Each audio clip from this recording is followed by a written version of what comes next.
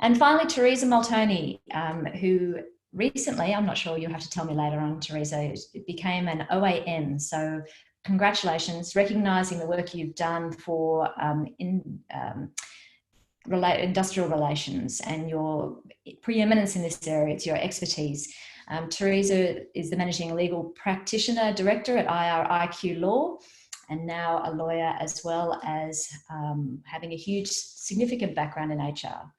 She's on the boards of the Brisbane Club, I can't speak, the PA Research Foundation, the Australian Super Qld Advisory Board, and she founded the Dancing CEOs event, for those of you who've seen that online, which raises money for the victims of domestic violence. So very excited to have her here today. She's also the president, or was the president, of the Queensland Chamber of Commerce for a while, and has served on lots and lots of committees and things for government. So really excited because Theresa's going to interpret our JobKeeper legislation that just came through Parliament late last night. So we have it hot off the press with one of Australia's best experts in this area. So thank you, Theresa, for being here. Thank you. I will start off with JobKeeper. JobKeeper essentially is a program that will work for businesses which earn over $50 million a year in revenue. They'll have to drop or see a reduction of 50% of their revenue. And for businesses under 50 million, it's a 30% drop in revenue. And for charitable organisations, it's a 15% drop. And the ATO have released some guidelines around how they're going to measure that. And it's not a hard and fast rule. They're prepared to look at a month this year versus a month last year. They're prepared to look at a quarter this year versus a quarter last year.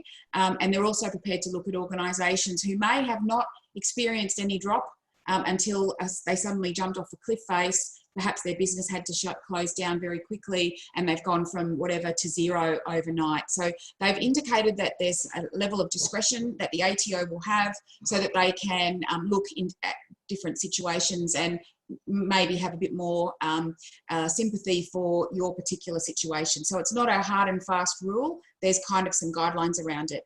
And so what the government has done, I'll preface that with the Fair Work Commission, we saw some unions and employer groups applying to temporarily amend some awards. So we saw the hospitality award get amended, we saw restaurants, and then we saw clerks, not necessarily in that order, and some others before the commission. And the commission dealt with those very quickly, but what we found was they all ended up with different outcomes because it all depended on what the union was prepared to accept in those areas. And there was also the fact that if we'd continued down that path, it would take another 12 months to amend all of the awards, and that was just going to be too long. So the government took the view that it would amend the Fair Work Act. The benefit of that is not only does it automatically apply to all of those awards, it automatically applies to all of those people who are not covered by awards and all of those people who are covered by enterprise agreements. So because of those changes, the impact of it is significantly greater than it would have been just by amending awards. And they've created a whole new section in the Act. It's going to have a drop dead date of September, 27th of September 2020. So on that date, unless there's been an extension to review it or to extend it, it will die. They have agreed, though, there will be a review of that I think it's the 8th of September, so a few weeks before it happens, so that if there's a necessity to extend the provisions, there'll be time to do that. But at the moment, it will have a drop-dead date. So that part of the Act relies on the same definition of who's going to be eligible for using these provisions as who is eligible for the JobKeeper payments. So that 50 million, 30%, 50%, 15% reduction. And the changes include employers being able to give stand-down directions to employees. They call them stand-down enabled directions, and they're directions that might include reducing their hours of work, reducing the days that they work, reducing the place they work, as long as there's some protection mechanisms in there, as long as if it's not for them to work at home, that it's not somewhere else that's too far for them to travel, and also the ability to change the duties that they're performing. There's also another protection in there that you can't reduce the person's hourly pay rate. So you can reduce their hours they work, the days they work, but not the pay rate. So essentially what that means, up until that legislation, with the JobKeeper payment, you had a choice as an employer of either standing the person down because there's a stoppage of work, not a decline, a stoppage of work, and they're on zero, and then they got the $1,500 a fortnight, or you kept them in their normal substantive job, which could be on, you know, $2,000 a fortnight, and you had to pay the extra $500. So this new option provides that employers can now stand down a person to only work the required number of hours to earn the $1,500. So if there is no work to be done because your work has genuinely stopped, then it might well be that those employees can work 10 or 15 or 20 hours a week. They will get the same hourly rate and get their $1,500 a fortnight payment, but they'll be able to do some work. And for the business, they're essentially getting that person to work for them for free. So it's an opportunity, if there's no work, to start to do something innovative in your business for your future. So there's some huge opportunities for businesses now that completely did not exist before this legislation happened. So that's essentially what we're going to see in that legislation.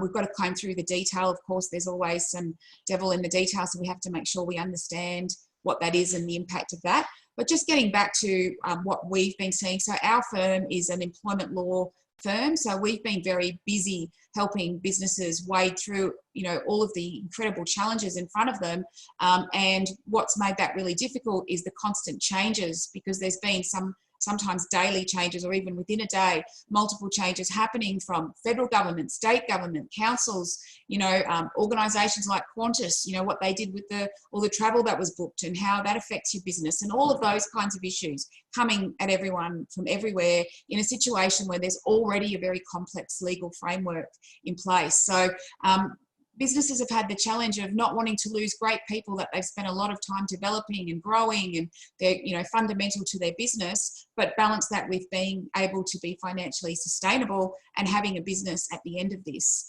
And one of the things that businesses can often get wrong is they wait too long to make the decisions that they need to make, and then the decisions are taken out of their control. So some of the things that we've seen in terms of how industry might change over the next 3 to 6 months, and what we've already seen a lot of innovation. We've seen people switching capital and resource to produce things that are being demanded. I've seen ads from Rockman's, the women's fashion retailer, sending out emails to me offering me hand sanitizer, face masks, etc. I was pretty shocked to see that. What that has to do with Rockman's, I have no idea, but it definitely has something to do with retail. So that's what they've done. I've got a client who's a manufacturing organisation. They produce a lot of chemicals for a lot of vehicle retailing organisations like Super Qld Auto and those kinds of companies. And they've switched a lot of their capital to produce more of the hand sanitizer on their lines and less of other things, more soap and less of other things. So people are really using the opportunity to that's the way the economy works, right? Supply and demand, and we're switching resource where it needs to go. We've seen restaurants doing takeaway. We've seen Montrachet in Bowen Hills do a takeaway with a mini lesson in how to cook your meal, and you'll get a fine dining 3-course menu. You've got to give 24 hours notice, but you do a little bit of the cooking yourself, so you feel a bit of ownership. The Brisbane Club that I'm on the board of, the Brisbane Club it's got the greatest seller in Australia. They've won awards over so many years that they're not allowed to enter the awards anymore. They have amazing access to the most beautiful produce, seafood, meats, etc. So they've put out for their members now, you can get wine delivered to your home, champagne, whatever you like.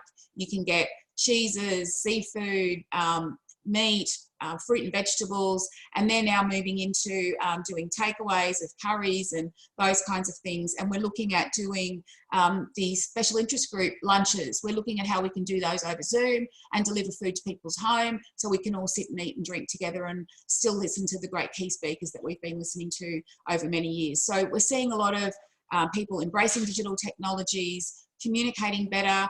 Our team uses Microsoft Teams as well. We have at least one meeting a day with the whole group where we all talk about what's happening in the business, what work we've got on, and we've all embraced and come up with new ideas of things that we can do in our business. We can see our work starting to taper off. So the team's been coming up with new products we can put in our bookstore, new webinars we can run for our clients.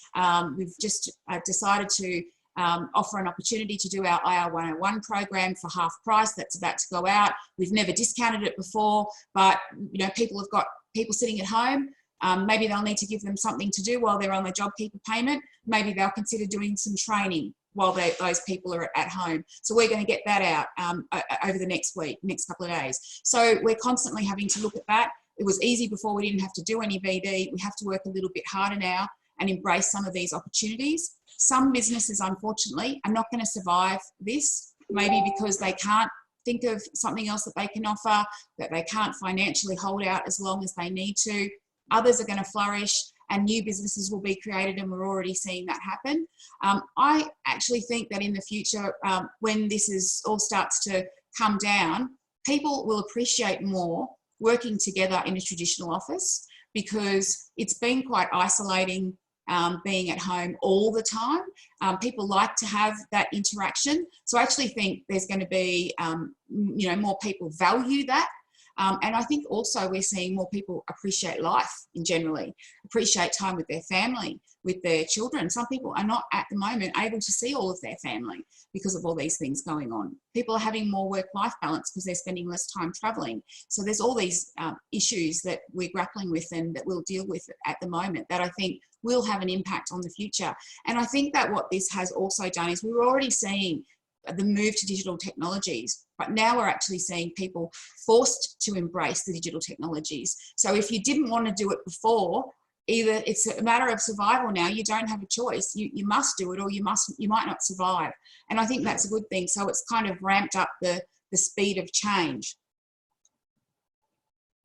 What would be my top tips for small businesses and small business owners to do right now? If you haven't already got your business continuity plan in place, you ought to. If you've just kind of been, winging it, perhaps you need to go back and revisit it, because it's a really important thing to do. We did that in our business a couple of weeks before we needed to lock down. We did our audits. We developed, put our work from home agreements in place, because it's important that you do a safety audit of any of your employees that are working from home. There is a safety checklist that you can use, but you must do that because you are responsible for their safety while they're at home. You should have a work from home agreement in place so that there's a common understanding of what's on and what's not on. And it's better to have that up front than to have problems down the track. And of course, you should also do a register of your assets that they've got and that they need from you, so that you make sure they have the tools they need and it's properly recorded. So your BCP, your work from home arrangements, know what your options are, understand your options. What are you eligible for? What are the things available to you that could work in your business? Is it reducing hours? Is it changing the work location? Is it changing the duties? What are the things that are going to best work for your business? So you need to really know your business. You really need to know your employees and their skills.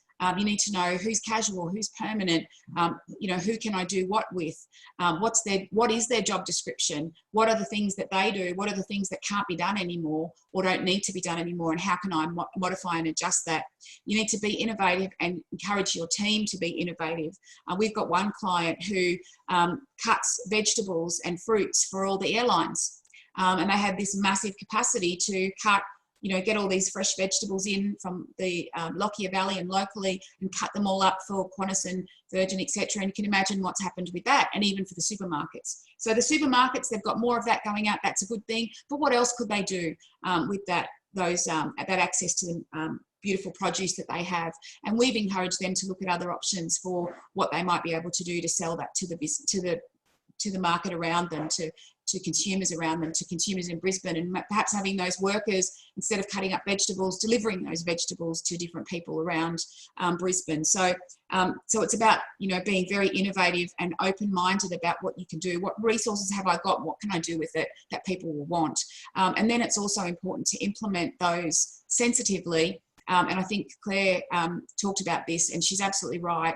You've got to be careful how you go about this, because these are the people that you want back to work for you. These are the people that you've spent a lot of time developing. So you need to make sure that you look after them so that you do have the opportunity to bring them back.